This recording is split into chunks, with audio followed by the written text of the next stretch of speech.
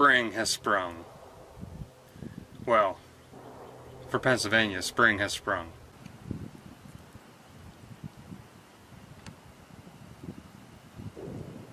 So Beth and I are just freshly back from a week-long East Coast tour with the van to ring in St. Patrick's Day with my son down in Charlotte, North Carolina. Head down into Georgia to Savannah. We ended up never even going to Savannah because we stayed on Tybee Island, and we found that we loved Tybee Island so much that we just kind of hung there.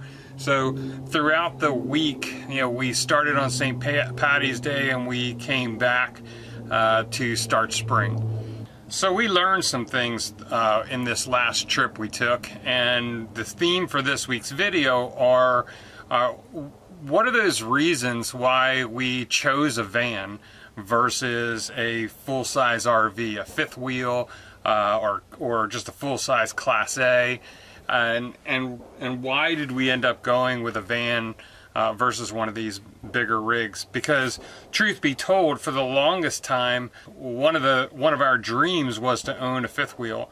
We finally bought a tow vehicle big enough to tow a fifth wheel, and we were all the way down to the point where we knew what make, what model, what color, what interior, what everything we wanted.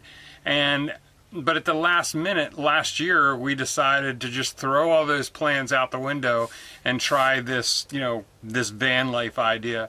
And you know, it was something that we've talked about in the past, and we've looked at when we were first looking at RVs, and we were trying to decide, you know, why get this versus getting that. And early on in some of that decision-making process, personally, I had zero interest in getting a van. I had zero interest in this little thing that I would drive around. I wanted this big rig that I'd pull into, I'd dock in, and I would just have my full house wherever I wanted to go. But we learned some things from this last week that really solidified the reason why we went, why we chose the van, and why we're happy we chose the van. And honestly, I don't know that I will ever choose something else. I don't see myself really ever using going with a bigger rig. So somebody reached out to me on social media this past week while we were gone. We were posting some pictures. And actually, it was a picture I posted, I believe it was Sunday night. We had finally, we had gotten, was it Sunday? Yeah, it was Sunday night. We had gotten down to our most southern terminus for this trip that we were going to go, and that was Tybee Island, Georgia. But leading up to that, from last Thursday, people had been seeing on social media, on our Instagram account, our travels down there. They saw pictures of us in the National Forest in Virginia on Friday. They saw pictures of us enjoying St. Patrick's Day Festival activities in Charlotte, North Carolina on Saturday. And then here we are on Sunday, we're on Tybee Island in Georgia. So we get this question on Instagram that says, hey, did you guys retire? What's the deal? And I think, you know, obviously my response to that question is we have not retired yet. That's coming. We're starting to plan for that. We're within a decade of retiring, I would say. But more importantly, that right there answers what van life is to us and what it answered for us. It's allowed us to take this 1 week vacation and squeeze all of these adventures in these different places out of that 1 week. So we're not just getting up, going to some destination as where we used to do, go to one destination, spend your week, come home. Or one of the things we feared, and it was actually one of the reasons in the end that we decided to not go with a big rig like a fifth wheel or Class A motorhome, was we didn't want this big thing to, you know, if we wanted to really be mobile and go to these different places, go to a place for a day or two, go to another place for a day or two, and so forth, and just be very mobile about it, I felt it was going to be a little difficult to do with a bigger rig. Can it be done? Sure, it can be done. But it's a lot of work, and I'll get into some of that in a moment. But one of the things we wanted to have was this mobility, and the van really gives us that. And, you know, so Friday, here we are, we're in Virginia in the National Forest, exploring the National Forest. Saturday, we're in Charlotte, North Carolina, and we're enjoying the festivities of St. Patrick's Day there. And then on Sunday night, we're in Tybee Island, Georgia, and we decided we were going to spend Sunday to Wednesday in Tybee Island and perhaps see some Savannah again, because we really enjoyed Savannah that much last month. But we never did make it to Savannah. We stayed in Tybee Island because we enjoyed it there actually so much that we just never saw the need to leave. But the cool thing about that is here we had this 1 week trip, and we were able to squeak all of these different adventures out of 1 week and had our house with us at the same time. Now, truth be told, when we went to Charlotte, North Carolina, we stayed at our son's house, so we weren't sleeping in the van, but we were able to pull right in the driveway with the van to my son and his girlfriend's home down there, where we didn't have to go find a place for anything to park. We didn't have to undock a big rig and bring our tow vehicle or deal with any of that. We just pulled in the driveway. When we were in Virginia and exploring around, we were on some really remote back roads where they had pretty severe weight restrictions, and I'm not so sure that we could have gotten to all of those places with a rig towing behind us. Some we could, because we did pass a campground at one point, but we also got on some roads where we weren't going to go through there with a big rig. And then when we got down to Tybee Island, we experienced for the first time we experienced a full-blown RV campground. And we were at an RV, a motor coach ranch, they call it, the last time we were in Georgia. This time we were actually at an RV campground.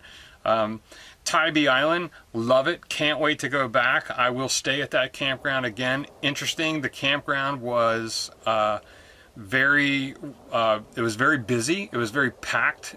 They puzzle you in there very well. It's run by the municipality, so it's not really privately owned. When you call to set reservations down there, it's dial, if you have a 911 emergency, please dial 911. If you want the police, dial 1. If you want the fire, dial 2. And if you want reservations for the campground, press 3. Not something you expect to hear, but so when you go down there, we kind of worried that we had seen reviews that it was so well packed with people. And being just coming out of St. Paddy's Day weekend, we were worried it was still going to be packed, which it was when we got there. However, I will say that it's so far one of the best campgrounds we've been to. The bathroom facilities, which when you live in a van kind of matter to you, because we don't have a shower or a full-blown bathroom in here. We have an emergency cassette toilet that we use, or a little portable camp toilet that we use for at night, just for number one, etc. But it's really important when you're there for a comfortable stay to have clean bathrooms. And the bathrooms, there are 7 individual bathrooms at Tybee Island. Well, actually, it's Rivers End Campground is the name of the campground on Tybee Island. But there's 7 individual bathrooms that have a toilet and a shower within them. And they're inspected 3 to 4 times a day, and there's people that sign off on the wall, checked it at this time, replaced toilet paper, cleaned this, cleaned that, etc. So whenever you go into the bathrooms, they're clean. I mean, they're really clean, and it was really nice to know that no matter what time of day you went into the bathroom, you're going to walk into a clean bathroom. So that was really neat. We did run into a situation with one individual or couple at the campground that parked next to us that had a big rig that, I don't know, I think respectfully, I had a discussion with them. They kind of pulled in on an angle into their site, and while their rig was technically on their side, once they put all the slide outs out, all the slide outs were on our site, and we couldn't even have a fire in the fire ring after that, because I would have melted one of their slides off. And I, very respectfully had a conversation with the gentleman and pointed out to him, and he just really didn't care. And he had pulled in so tight that he had issues with his sewer line that we were watching. And you know what, I debated whether to do this, but I'm going to play the video of this just because it kind of speaks to a couple of points. Number one, be respectful when you're at these campgrounds, especially these tight campgrounds where a lot of us are, and we need to all, you know, be good neighbors. But more importantly, kind of points out some of my issues with one of the reasons we didn't go with a bigger rig and all the stuff that goes along with it. We simply can pull in, camp, pull out, go to the next place. We took our van during the day when we wanted to go explore the island and we wanted to drive somewhere. We just unplugged the extension cord out of the back that was plugged into power at the campsite, closed the back doors, turned the key and pulled out, and when we came back we pulled right back in, plugged it back in, and we were ready to roll. It was just that simple. So it kind of spelled to that. But here's a quick video of the gentleman with the rig next to us that had these sewer problems that actually gave us some good comedy relief while we were there.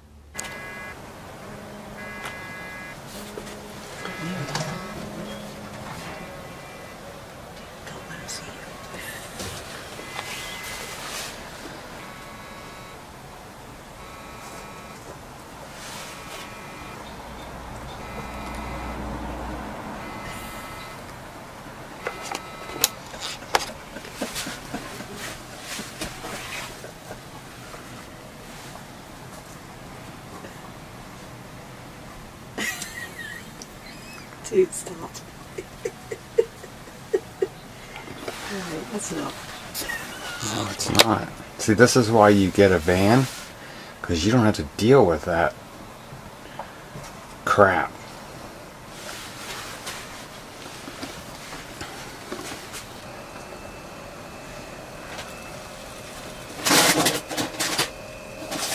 That is disgusting.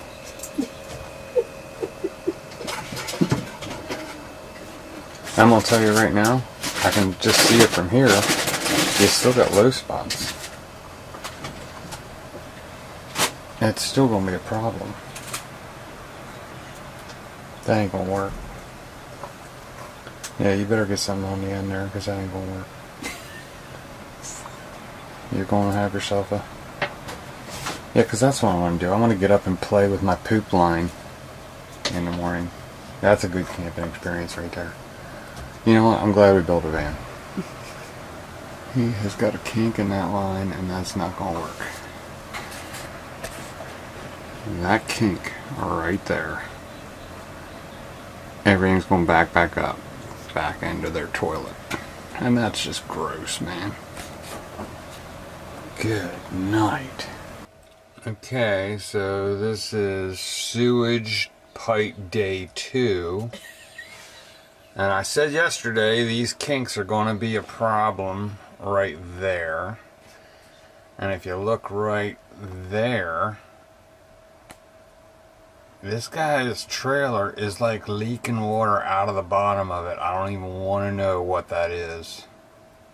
But it's coming out on both sides. You don't think they left something running? How could you not realize you left something running? I don't know. Like, that's a lot of water coming out of there. And it's not like they're asleep because the guy just walked out to take his trash out. But that's a lot of water. And it's doing the same thing on the other side. When you walk down the trail, you can see it coming out on the other side too. So, you know, the moral of the story for us, anyway, from this, the theme of this episode, if you will, is, you know, one of the reasons we chose the van versus a bigger rig. We, for years, saved for a bigger rig. That was our goal. But when we really started to explore what it is we wanted, what it is we really were kind of interested in, and the kind of life we live in general, forget camping, set that aside, and we like to be mobile, we like to be in motion, and I'm not interested in just, you know, picking up a house, and I'm not downing people that have these bigger rigs, but I'm not interested in just picking up a house, if you will, driving it to this place, setting it down, and now I have a house just in this different place. So, you know, as I walked through the campground there at River's End down on Tybee Island, you know, I saw some people, there was a family who, like, they had this massive Class A with a tow vehicle on the back of it and bikes on the back of it, and they're pulled into the campground, and then they have this huge spot and so forth, and the awning is out, and there they all are on chairs just like kicked back on these chairs watching cable television. And I thought, well, why, you could just do that from home. Like why, you know, I mean, we have entertainment, don't get me wrong. We use an iPad and we download a few Amazon movies, and before bed we watch a movie, and when we're done with that movie we, you know, head off to sleep and turn the iPad off. But, you know, having this big rig that, you know, has cost well into the six figures, and that's a lot of money to spend on something that I'm just going to pick up, drive there, and I'm going to live at this new place for, you know, for a period of time. And I'm going to live in this new place with 150 other people, and their house is so close together that the sewer line is 5 feet from my vehicle. So the van really has proven to be just a better mobile option for camping for us. So, and again, I'm not downing the big rigs that people buy out there or the fifth wheels. We had wanted one for a long time, but I will honestly say, for somebody who had no interest in a van, for somebody who had no interest in these little Class C type vehicles, if you will, and I was all about getting a fifth wheel. You know, we had the F-250. We were good to go. I was, you know, I bought the vehicle. I bought it explicitly to tow a fifth wheel, and we were so ready, and, you know, we had it all picked out. And at the last minute, we just really decided, you know, this just isn't going to be for us. This isn't really what we want out of this. And honestly, that's when the van came into play, and it's become just this better option for us. So anyway, that was what we've learned this week from being on the road. This was, you know, we've been on the road with the van before, but this was probably the first time we saw so many places and such a variety of places during one trip. So much so that we weren't the only ones that noticed it. We were getting comments on social media, you know, because people were, you know, you're in the forest one day, you're on the beach the next day, you're in the middle of the city partying over here on that day. You know, are you retired? What's the deal? But we're just able to squeeze that much adventure out of one vacation now with the van, which has really made travel very exciting for us. So again, spring has sprung, and, you know, welcome to the warm weather. Fishing season is about to start here in Pennsylvania. The first trout season begins next Saturday. Planning some trips for that. And I'm still working on the video from the Philly RV show. I've got some good information from there, from some of the video clips I took within the Ford Transit makeup, which gives us a way to make up in the front something I've always looked for, a storage compartment up in the front overhead. And I'm really interested in that. So we'll get into that in another video later. So until next time, everybody, we'll see you. Peace, and we'll see you on down the road. Bye-bye now.